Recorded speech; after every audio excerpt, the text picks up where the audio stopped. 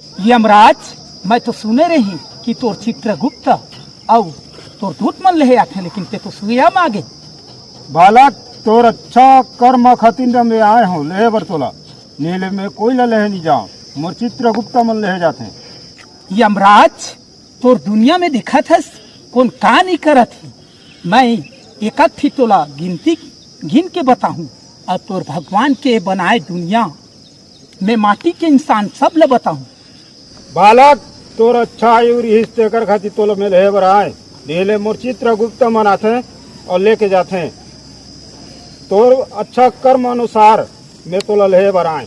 नीले में तोला लेहे नहीं आ रहे थे। यमराज, देखा था तोर भगवान के बनाए ये दुनिया और ये माटी के इंसान मैं गिन के बतात हूँ। ऐसे में कौन कर्म कर रहे हैं यमराज?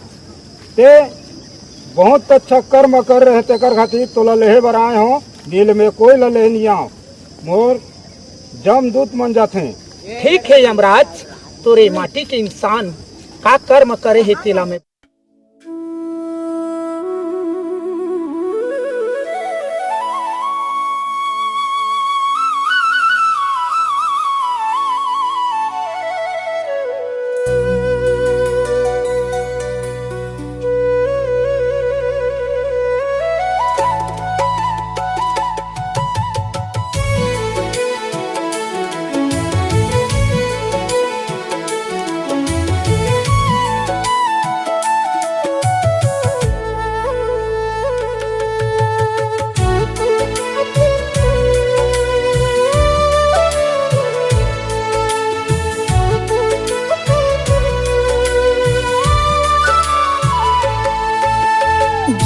गिनत है माटी के इंसान, पत्थर घलू का बन के हंस भगवान। पत्थर घलू का बन के हंस भगवान। गिनत है माटी के इंसान, पत्थर घलू का बन के हंस भगवान। पत्थर घलू का बन के हंस भगवान।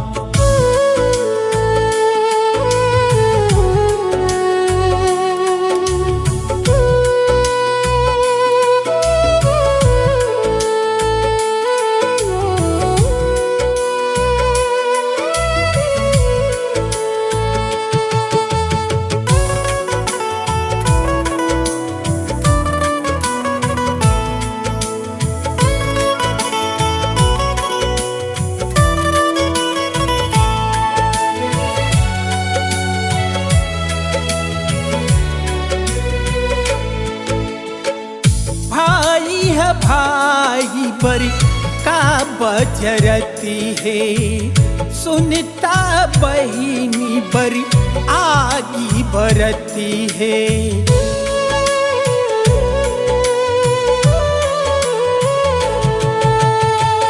भाई है भाई पर का बजरती है, सुनता बहिनी पर आगी बरती है। कलयुग में तो दाई ददाला करते परेशान। पत्थर घलू का बन गे हंस भगवान।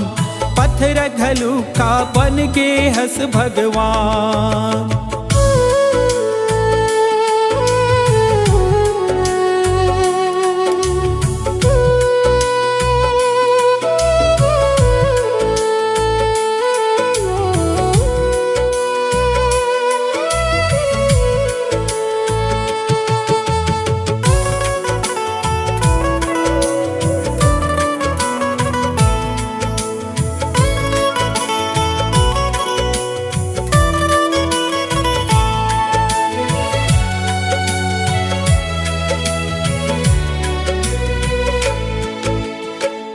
पैसा ता मान करती है, पैसा नीता नहीं पहचान।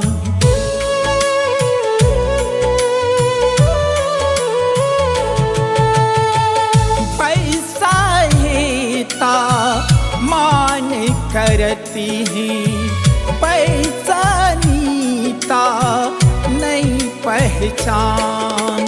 धन धन ये लोग भरा घी तोर इंसान, पत्थर घलू का बन गे हस भगवान, पत्थर घलू का बन गे हस भगवान।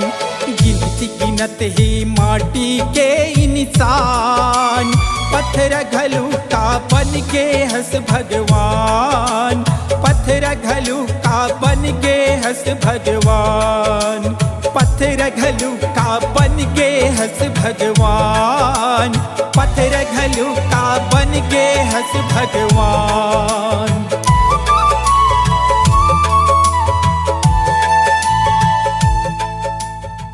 स्वामी, अगर मोर कर्म अच्छा रही तते मोर सपना ला पूरा करन दे रथे।